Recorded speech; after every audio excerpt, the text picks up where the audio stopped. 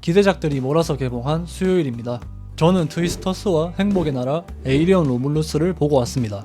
세 작품 모두 각각의 이유로 기대를 많이 하고 있는 작품이었는데 그중 이번 영상에서 다룰 행복의 나라는 탈출 프로젝트 사일런스의 뒤를 이어 이선균의 정말 마지막이 될 유작이기 때문에 좋은 작품이 나오길 바라고 있었습니다. 하지만 그간의 기대가 무색하게 다소 아쉬움이 남는 영화였습니다. 제가 영화를 보며 느꼈던 아쉬웠던 부분들을 짚어보려 합니다. 우선은 대사가 잘 안 들립니다. 여태 한국 영화를 보면서 웬만하면 대사 안 들린 적은 없었는데 진짜 잘 안 들립니다. 의식하고 집중해서 봤는데도 몇 마디 놓쳤습니다. 이선균의 발성이 대사 전달력이 떨어진다는 의견이 있다는 걸 알지만 의외로 이선균의 대사는 무난히 잘 들렸습니다. 애초에 이선균이 맡은 배역 자체가 대사가 적고 대사를 쳐도 길지 않기 때문에 별 문제가 없었습니다. 특정 인물의 대사만 안 들린 게 아니라 전체적으로 좀 알아듣기 힘들었다는 점에서 제 생각엔 배우들의 문제가 아니라 기술적인 문제인 것 같습니다.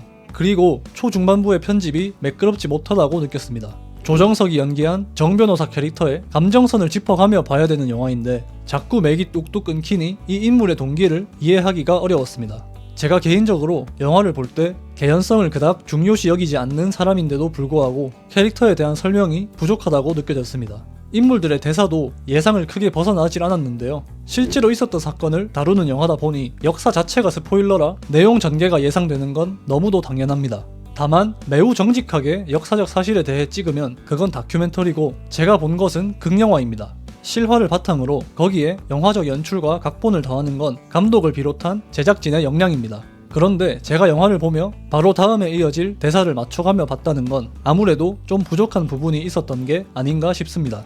연기도 배우들의 열연 대비 깊은 인상을 남기지 못했다고 생각합니다. 실력 있는 배우들이기에 그들의 연기력엔 이견이 없습니다만 연기가 영화에 완벽히 녹아들지 못한 채 좀 따로 놀고 있다는 느낌을 받았습니다. 연출상의 문제인 것으로 보입니다. 요약하자면 전반적으로 올드한 느낌이 강했던 영화였습니다. 이게 올드하다는 것도 한 끗 차이라 잘 만들면 클래식한 거고 못 만들면 올드한 건데 이 영화는 후자에 가까웠던 것 같습니다. 너무 당연한 얘기지만 이런 아쉬움들을 느낀 건 그저 제 개인적인 감성에 불과하고 저와 정반대로 느끼는 분들도 충분히 있을 수 있다고 생각하기에 제 의견은 참고만 해주시면 감사하겠습니다. 영화가 11.6 사태부터 12.12 사태까지의 긴 시간을 다루고 있는 만큼 영화를 보면서 자연히 연상되는 영화가 몇 있었습니다. 대중적으로도 굉장히 익숙한 작품들이기에 그 작품들과 이 영화와의 비교가 불가피해 보이는데요. 제가 떠올랐던 영화 3편은 그때 그 사람들, 남산의 부장들, 서울의 봄입니다. 먼저 그때 그 사람들입니다. 이 영화는 독특하게도 진지함보단 풍자에 초점이 맞춰진 영화이기 때문에 다른 영화들과 비교하기엔 사실 좀 무리가 있습니다. 재밌는 건 그때 그 사람들이 행복의 나라보다 20년 가까이 먼저 나온 작품임에도 훨씬 신선하게 느껴진다는 점입니다. 보신 분들은 알겠지만 그때 그 사람들은 11.6 사태라는 민감한 사건을 다루면서도 유머와 여유가 넘치는 영화였습니다.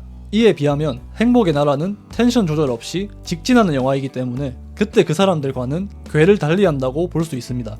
물론 직선적인 전개가 잘못된 것은 아닙니다.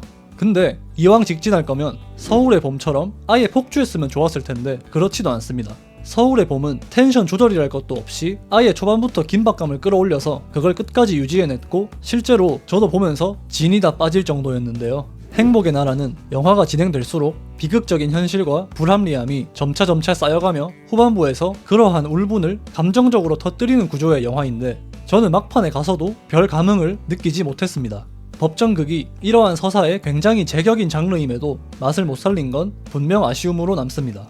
이 영화와 동일하게 시대극이며 법정극인 변호인에서 송강호의 그 유명한 명대사 대한민국 헌법 제1조 2항을 들었을 땐 진짜 뭔가 가슴이 뜨거워지는 게 있었는데 이 영화에선 없었습니다. 그렇다고 남산의 부장들의 차가움에 미치는 것도 아닙니다. 남산의 부장들은 일관되게 건조한 톤으로 무겁고 진중하게 11.6 사태를 그려냈습니다. 앞선 영화들과 비교해보면 행복의 나라가 남산의 부장들에 그나마 가깝다고 볼 수 있겠으나 비슷한 수준을 보여주지 못했다고 생각합니다. 감정적으로는 서울의 봄보다 분위기상으로는 남산의 부장들보다 아쉬웠던 영화였습니다. 종합하자면 그때 그 사람들보다 덜 유연하고 남산의 부장들보다 덜 무거우며 서울의 봄보다 덜 끌어오르는 애매한 영화였습니다. 제가 이 영화를 관람한 이유는 오직 이선균을 보기 위함이라고 해도 과언이 아닙니다. 실제로 제가 관람했던 극장에선 엔딩 크레딧에서 이선균의 이름이 나올 때마다 사진을 찍는 사람도 있었습니다. 저뿐만이 아니라 많은 분들이 이선균의 마지막 모습을 영화관에서 보기 위해 관람을 결정하신 것 같은데요. 영화는 이선균이 배역을 맡은 박대령을 살리기 위해 펼쳐지는 일들을 담고 있는데, 이 이야기와 박대령이라는 캐릭터가 현실에서의 배우 이선균과 겹쳐 보이는 지점이 있었다고 생각합니다. 영화 외적으로 콧등이 시큰해지는 작품이었습니다. 그런데 관람 목적이 이선균이라는 가정하에선 저번 달에 개봉했던 또 다른 유작 탈출 프로젝트 사일런스보다 덜 만족스러울 수 있습니다. 둘 중 무슨 영화가 낫냐고 까놓고 물어보면 전 당연히 행복의 나라의 손을 들어줄 것이긴 합니다만, 출연 비중이 탈출이 훨씬 높습니다. 둘 다 주연을 맡았지만 탈출이 완전 이선균을 중심으로 극이 진행된다면 행복의 나라에서 이선균은 조연 같은 주연 정도고 조정석이 핵심 주연입니다. 저도 영화를 볼 때 탈출은 영화에 집중한다기보다 스크린 속 이선균의 모습을 눈에 담는 것에만 집중했던 반면, 행복의 나라는 영화 자체에 몰입해서 상대적으로 이선균의 유작이라는 의미가 좀 옅게 다가왔습니다.